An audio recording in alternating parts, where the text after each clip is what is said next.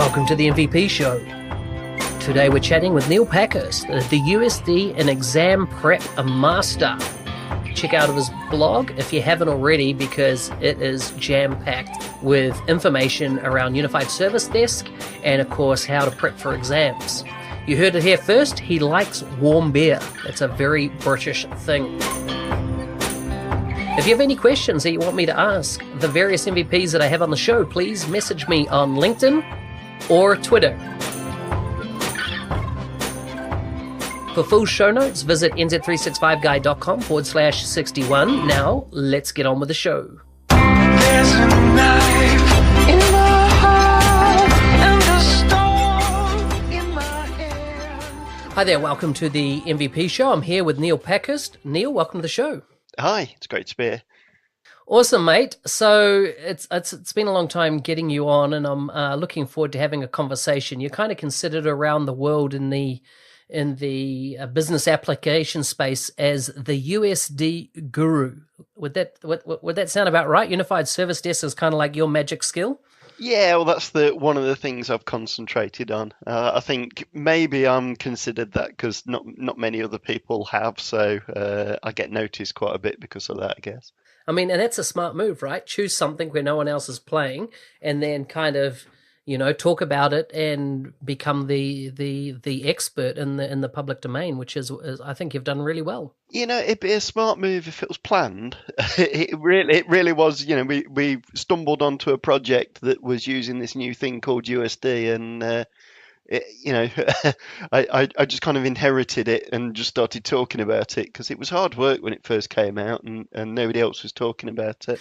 I was definitely involved in a couple of projects with it, and definitely an interesting product. Before we'll come back to USD, but before we get underway, just why don't you tell us a bit about who you are? Tell us a bit about Burton-on-Trent and Dudley, and You've done some research. I've done some research, and these wonderful names, English names, what they mean. If you like, what is your origin story?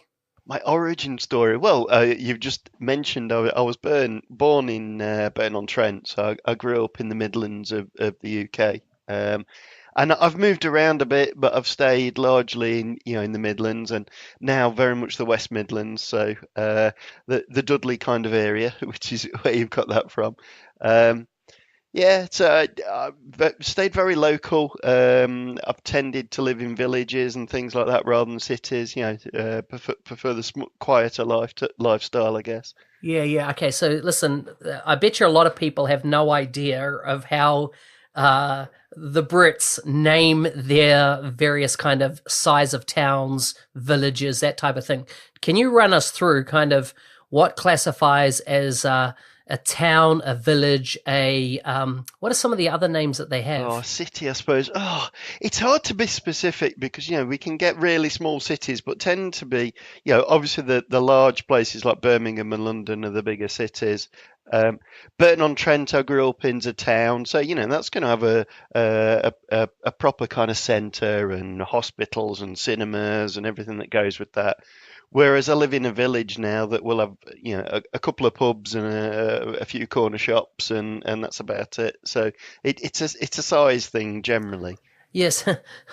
So isn't there something, though, about whether it has a post office or not, whether it gets classified as... Oh, I think there is something technical, like cities have to have a cathedral and things like that, Ian, and you have to have a post office to be a town, I think. But yeah, you probably know more of the rules than I do. Is there anything smaller than a village?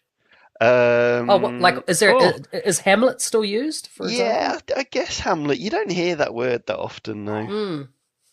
Any others?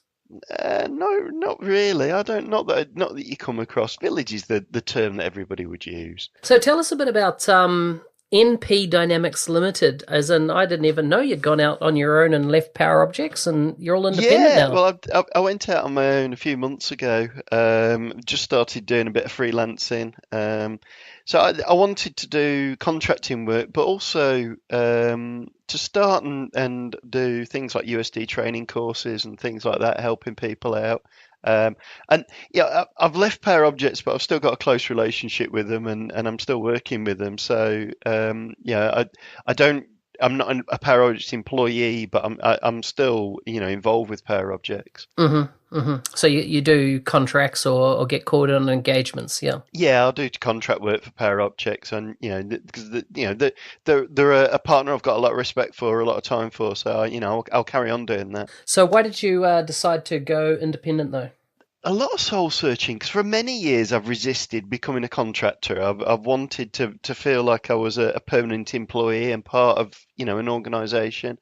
Um, I think I'd reached a certain age. I think it's ever since I turned 50, where I wanted to start and uh, think about work-life balance differently, but ambitions differently. And I'd like to be able to spend more of my time doing the things I like the community stuff and blogging and things like that. But and also get gaps between jobs and things like that. And gradually, as I've progressed closer to retirement, I'd like to have bigger and bigger gaps. So I just see that as a gradual way to achieve that. Yeah, it was Timothy Ferris. He coined this idea of having mini retirements all through your life. Like, start stretching out your vacation to be a month, then 2 months, and 3 months. And yeah, it's a nice idea. Yeah, I think that would be what I'd aspire to, but I think it's probably going to take a few years to build up enough kind of contacts and enough kind of repeat business going on. So it was I need to start that now to be able to achieve that later was my thought process. So where does most of your work for it come from nowadays? Is it like word of mouth or what's the story? Well, a lot. He's coming from Power Objects. I've had some guys in Canada approach me that read my blog, and I've done some training for them. I'm going up to Scotland next week to do some training for somebody who's been following my PSA's training courses on my YouTube channel. And then I've met some partners out in South Africa, and I might do some work with those. So you meet people at community events as well. So yeah, it is all about the meeting people and people reading your blog and things like that. Now, I see that you're a Dynamics community mentor. I never heard of that term before. So what's that all involved and what's that affiliated with? To be fair, I haven't done a lot of that. Done that with Mohammed had set up a kind of mentoring group, and I volunteered for that for a while to work with that. I haven't done a lot of that, if I'm honest, but I've done other things trying to mentor people and help out with training of dynamics and things like that. It's just nice to actually meet the people that you interact with, because you write loads of training material on blogs and things, and it's very remote. You're not engaged with anybody when you're doing it. So actually, to sit down with somebody and talk to them about how the career's going and the training needs and stuff, it was deliberately I tried that as a different experience. Okay, and any tips for mentoring? What works well, what doesn't? Yeah, well, I probably need a mentor to give me some tips to answer that. I don't know. I think just being, I think it's a lot about talking to people about your own experiences and just I think when you start out in your career and you're trying to do things, the idea of getting into dynamics or whatever your profession is sounds really daunting. But actually, we've all been through it. We all started small. We've all gradually built up.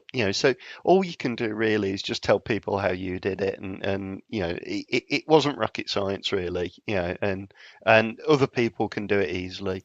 So apart from USD, and I will come back to USD, so we can explain to everybody that don't understand Unified Service Desk what it is, and if you like, what it can do, or what's a possibility, what's the use case, that type of thing. But I see you've done a lot around exam preparation type content on your blog post. Tell us about how the community is engaged with that and the feedback and response you've got from it. Yeah, I think that's probably in terms of views one of the biggest areas of my blog. In fact, definitely the biggest area.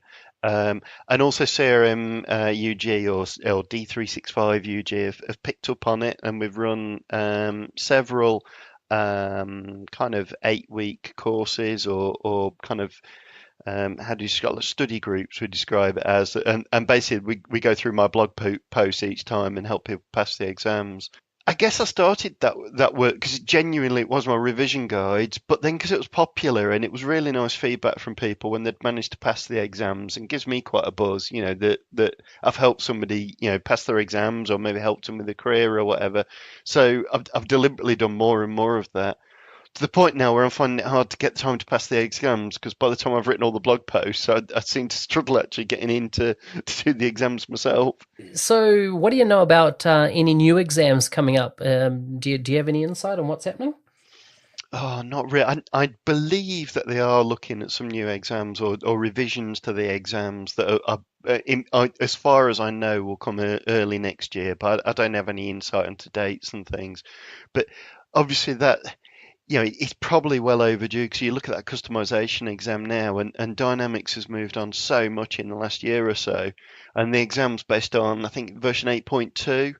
And now the whole kind of power apps and the way everything's been repositioned and we're looking at flow a lot more and stuff. There's a lot of subjects now that just aren't yet covered in that exam, so I expect that it'll get revised quite a bit. And I'm looking forward to trying to take it myself when it comes out. So, you've got over 20 certifications, is that right at the moment?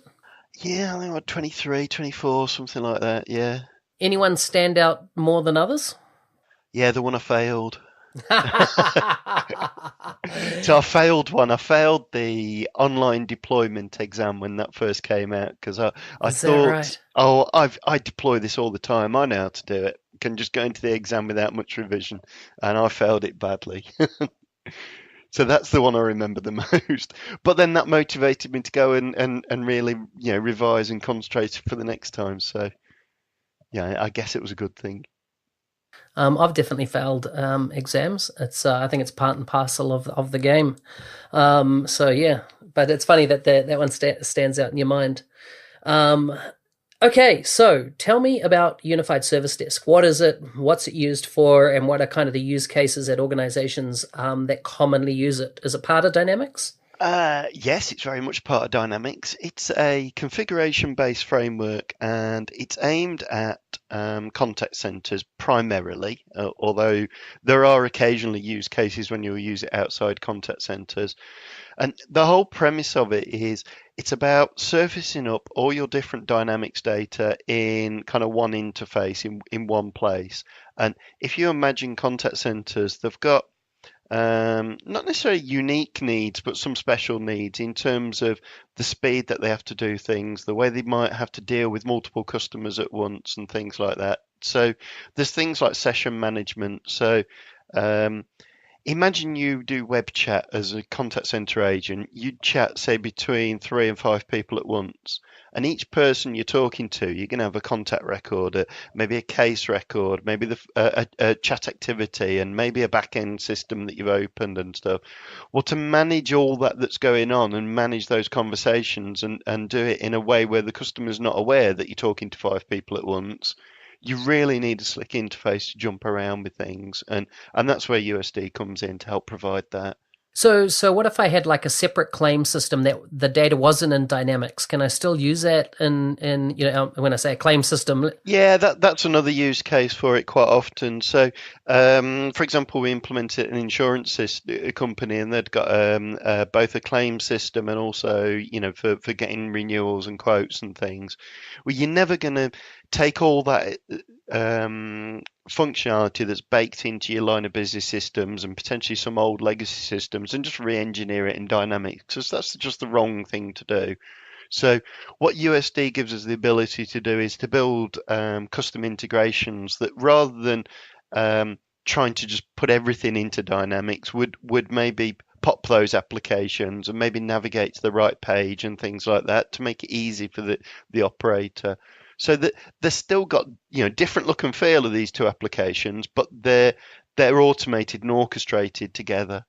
So, when you say it's predominantly used in contact centers, any other type use cases for it? Yeah, well, the other one that I've used it where it wasn't a contact center was we implemented it in the front office with the contact center guys, and this was a savings and investments company, and they might have logged that you needed to surrender a savings policy, whatever, and then they'd have loads of cases that the back office admin teams would have to pick up, do all the relevant checks and everything before sending out the money and all that sort of stuff, because not everything's done on the phone. And they found that USD was still useful because they're desk-bound agents that are dealing with high volumes of work. So I think that's the thing. It's aimed at those people that are working at the desk. We all concentrate on mobile most of the time these days, and that's great for the guys out on the road and the field sales guys and stuff. But there's still, large swathes of people sat in offices behind desks, processing large amounts of data or talking to large amounts of customers. One of the articles I found on you is that it said you're the first USD MVP, which was published back in October 2016. So what do you mean by a USD MVP? Or is Yeah, that is it? I think that term was probably slightly, misused. Obviously, I'm a business solutions MVP, and my specialism has been Dynamics. I still can't get away from saying CRM, but Dynamics 365 customer engagement, it has been my focus for years. So I think that the term USD MVP came out about because obviously I was concentrating on that and most of my content was on that, and there weren't any other MVPs that were really doing that. Although to be fair, I do know at least a couple of other MVPs now that also do it. I'm not the only one. Yeah. But that's the thing. You've been vocal about it, which I think is great for the community. So, were you working at a company called Crimson back then? Is that the Crimson that's part of KPMG now, or?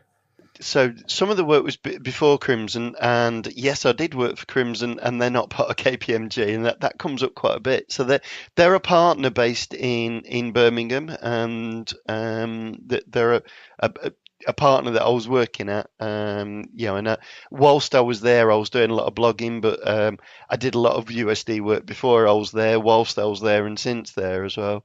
But I've had before people confusing them with the KPMG Crimson Wing, but no, they're a separate company.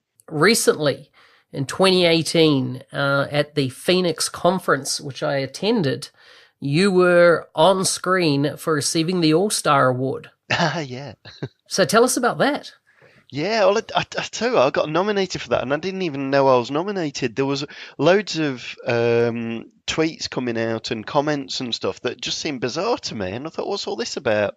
Because there was Nick Dolman was nominated as well, I think, and he's been involved with the study groups that we've been doing at CRMUG and others.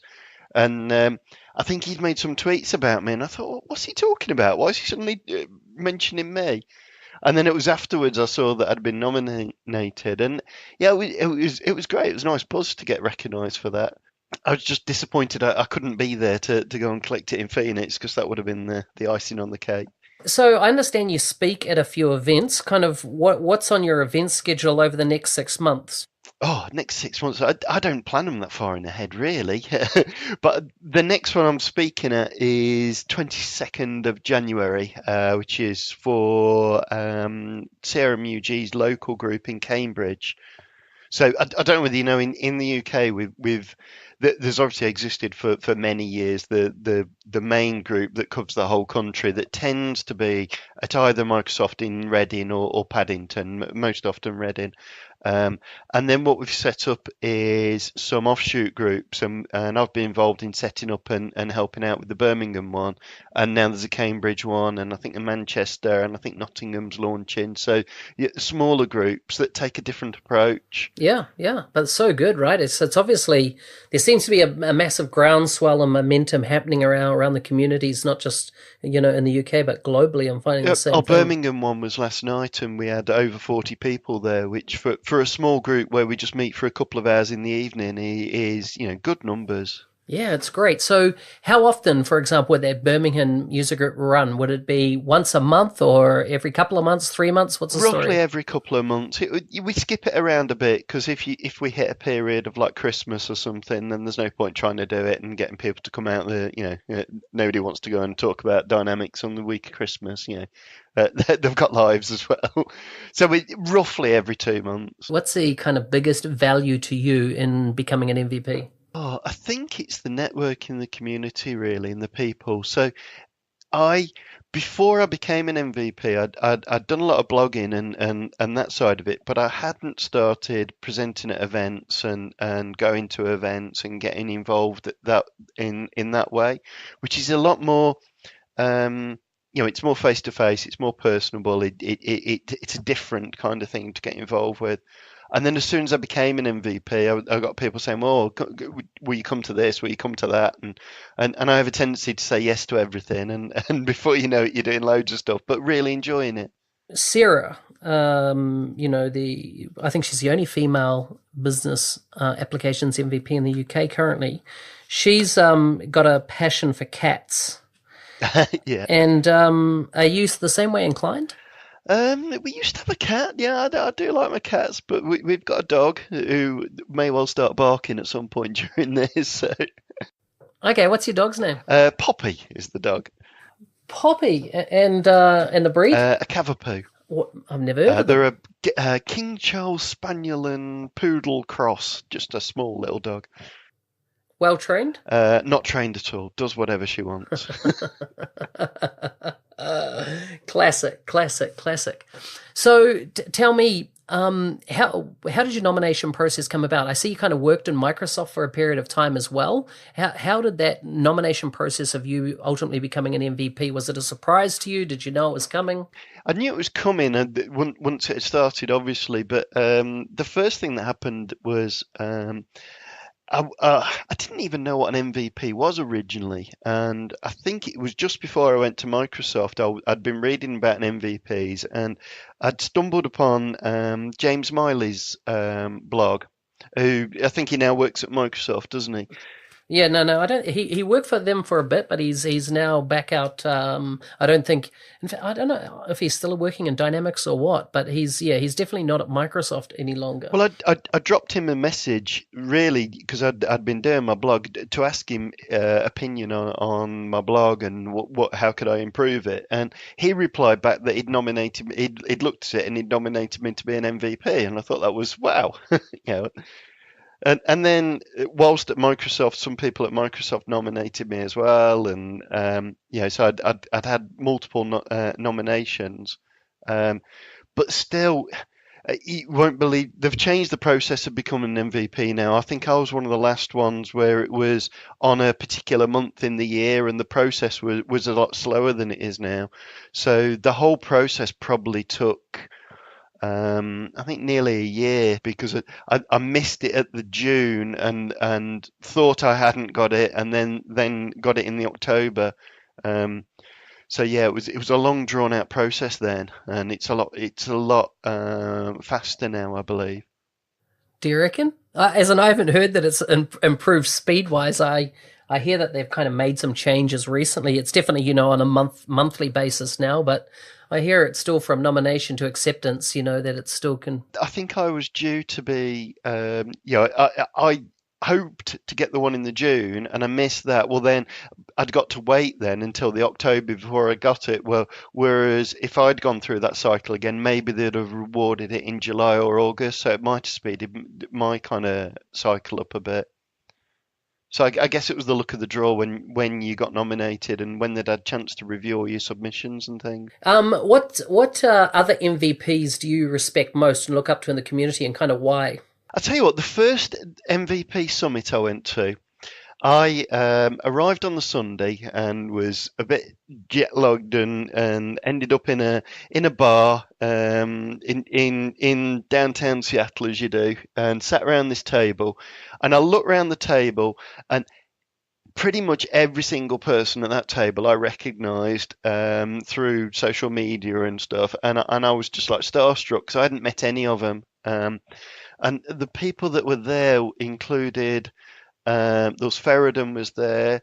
Adam was there. Scott Drow was there. Jason Latimer. I think Jason Latimer had come across his name a lot, and Scott's quite a lot. So there were people who had repeatedly either, on the Dynamics community forum, Scott had answered so many questions that I'd put up there. And so his name kind of resonated with me. And I'd come across some of the stuff that Jason had done before. So you don't really realize how when you're a regular developer and you're relying on Google and the Dynamics community and stuff to find stuff, and you're going on these guys' blogs and stuff, they help you out in such a big way, and I was literally starstruck sat there with those guys. Tell me about just one thing out of left field came to me. Before I moved to the UK, there was always this comment from my country about the Brits drinking warm beer. Over cold beer. So what's the story there? What's with the love affair of warm beer? I don't think it's warm beer, but not freezy cold beer. I think I've just not long presented in Belgium's in Brussels, and there the beer is very very cold and very fizzy. And whereas at the local pub it tends to be lager.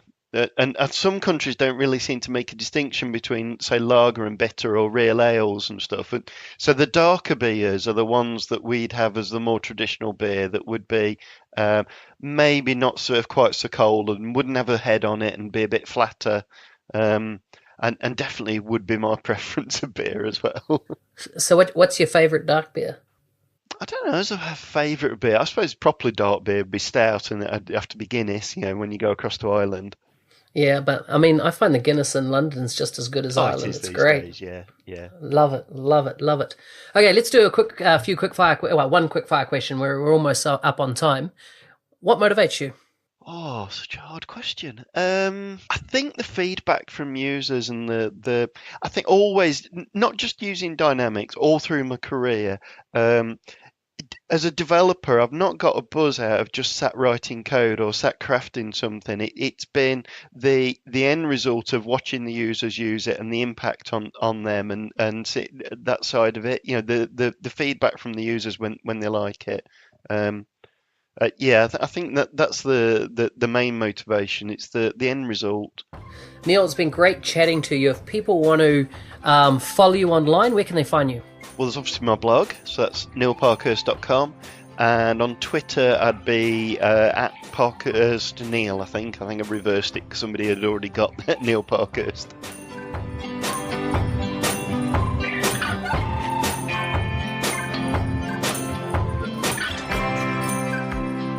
Hey, thanks for listening. If you enjoyed the show, please subscribe and leave feedback. I love feedback. I don't have any yet. None. Zero on my iTunes account or anything like that. So, hey, be the first. Get some comments up there. Anyhow, you want the show notes? Check them out. nz365guy.com/61 for this episode. And I'll see you at the same time next week. Ciao.